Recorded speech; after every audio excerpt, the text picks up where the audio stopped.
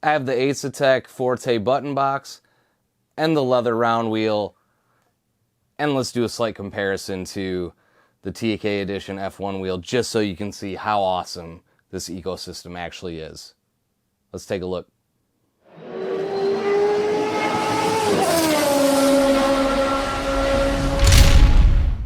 What's going on, everybody? It's Mike, back again for another episode of Redline Sim Racing. If you like these videos, please subscribe below. Would greatly appreciate it. Just love interacting with the sim racing community. And I have another little piece of hardware here. I know it's been all Asetek videos, but I'll say this. I'm not sponsored. These are things that I've evaluated. I'm spending my own money on this stuff. And that's not a shout down against anybody else who is. There's a lot of really, really awesome people that do these reviews online and take a look at these products, and they're all incredibly honest about it.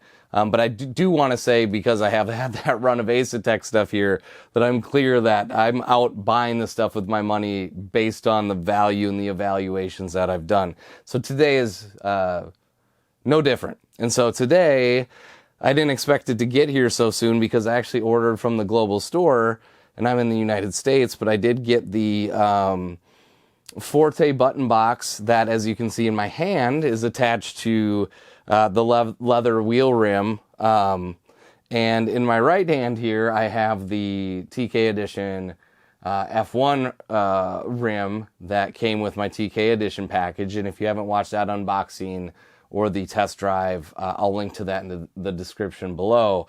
However, I do want to get to the unboxing of this because, again, Asetek is taking the modular approach to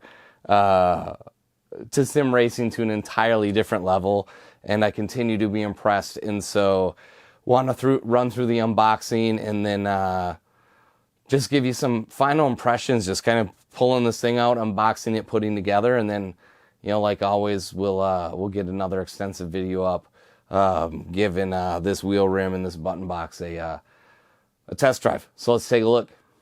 All right, let's start with the button box. Very nice packaging.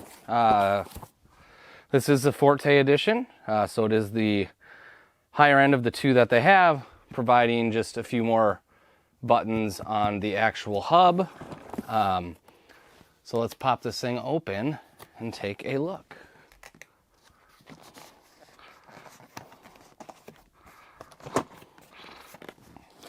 This packaging is quite difficult to pull up. There we go. All right, let's pop this guy open and see what we've got in here.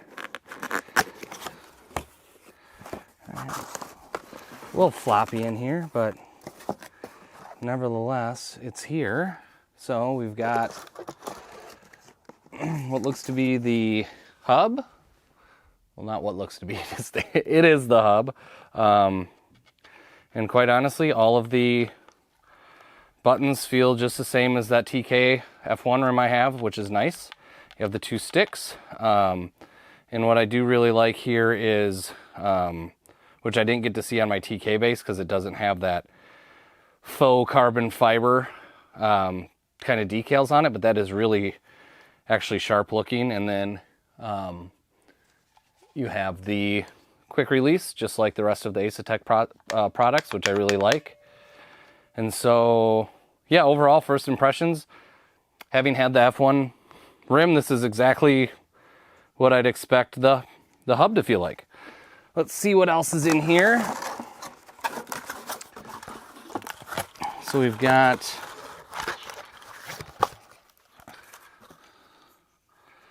the paddle shifters for the back. So we'll get those installed.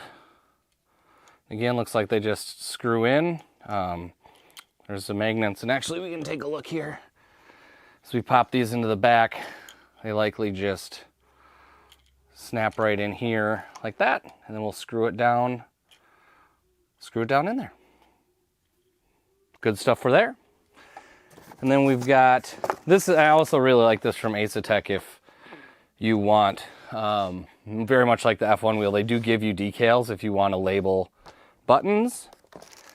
Again, just an Allen wrench and a little tweezers, I think, to place said stickers. And then more decals. I don't know. I always like decals, so that's pretty cool. So overall, first impressions, feeling pretty good.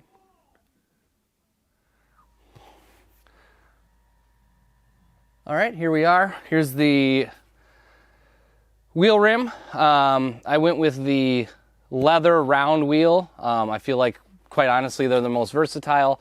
I'd love to try out the Comfort Plus, but quite frankly, I just kind of know I like the feel of genuine leather, so that's why I went with that. Open it up. And that's a cool surprise. I like this presentation. You get a nice, cool little bag. The manual, warranty, pretty standard stuff. Let's open it up and take a look. And there's the wheel. And it definitely has a nice, genuine leather smell, which I appreciate. Really, really quality stitching. I'm going to try to zoom in here. So you've got your on-center marking here. It's orange. And then just kind of looking at the stitching here on the wheel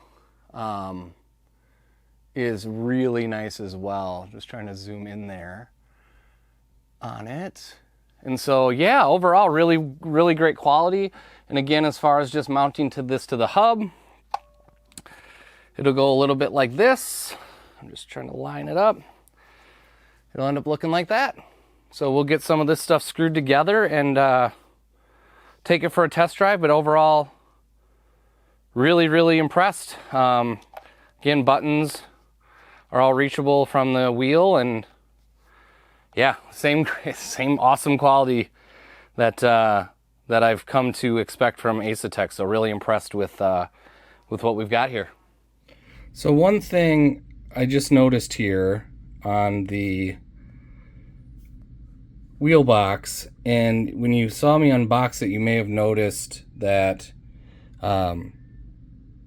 the hub was loose in the box, so it was kind of bouncing around. It was sealed when I got it, so I don't question that it was new. I mean, it looks perfect. However, the one thing, and I'll maybe reach out to Asetek and ask about this, is this stick is bent in, and so as I turn it, you can kind of see it go around. I'm not super worried about it, and I certainly can try to maybe pop the stick off. There is a little Allen key hole right there, and maybe see if it's just the mount that's bent or if it's the actual stick. You know, $400, is it the end of the world? No, but on a $400 item, you would expect it to come perfect. I know clearly that's not their fault, other than the packaging maybe didn't hold it as tight as it should have, but you know, who knows, shipping could also be kicking a box around and being extra violent with it too, so I'm not super worried about it, but that does bother me a little bit. I don't know if functionality is impacted yet, so we'll find out in a minute. Hey there, this is going to be maybe a weird cut in and a weird transition. When I got this wheel, I was super excited to get it.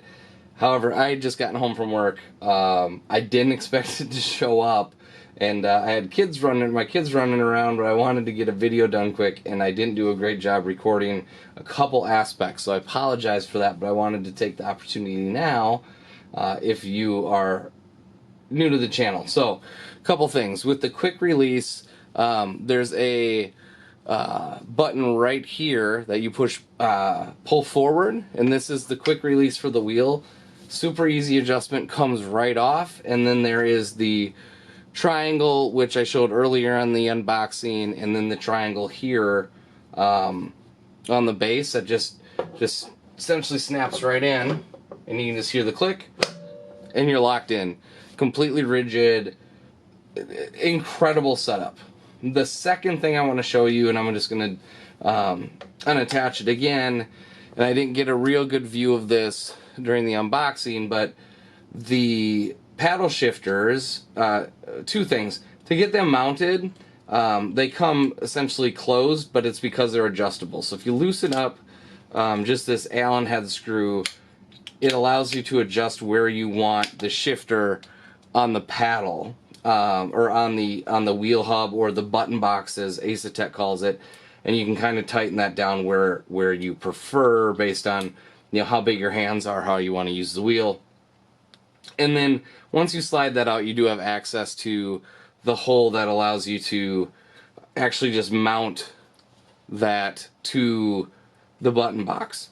The other thing that I love about this, and I've hit on this in my unboxing videos and my other Asetek videos, is that they're taking the module and kind of upgrade layer to an entirely different level. If you look at the back of the button box, you have additional slots where you can add additional panels. So you could have 3 paddle shifters on each side, which you could also assign. So I'm going to pop this back on and just say, again, I'm just super impressed with Asetek from a ecosystem standpoint and an upgradability standpoint. And so I'll give you final thoughts in a minute, but I do want to pull, since I do have my F1 TK wheel here just to show, and again, I encourage you to go check out the other videos, but this is the same hub, or the same quick connect, same paddle shifters,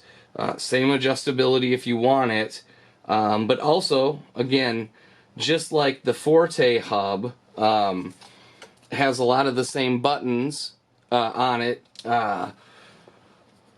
but you also have the ability to add more paddles to the back of this. So again, the upgrade path for the Asetek hardware is just flat out incredible. So I'm just going to cut to some additional impressions, and appreciate y'all.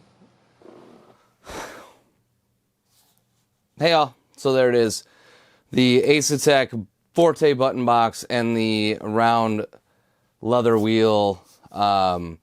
Just wanted to call out, I just pushed a little bit on that stick. It bent back ever so slightly, and it's no longer off center too much like it was, so I'm not actually super concerned about it. I imagine there was probably more of a difficulty in shipping.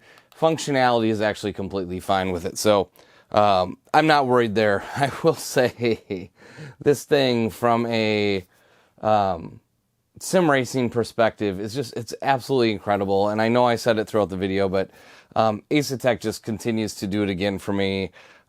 Super impressed with the button box, the paddle shifters, the quick release, the wheel, and you know what, quite frankly, I look forward to probably going ahead and buying one of the Comfort Plus just to see how it feels. But it might take a little bit of time because I've been so deep into this sim racing upgrade path for sure. But again, I'm not gonna make the video any longer here.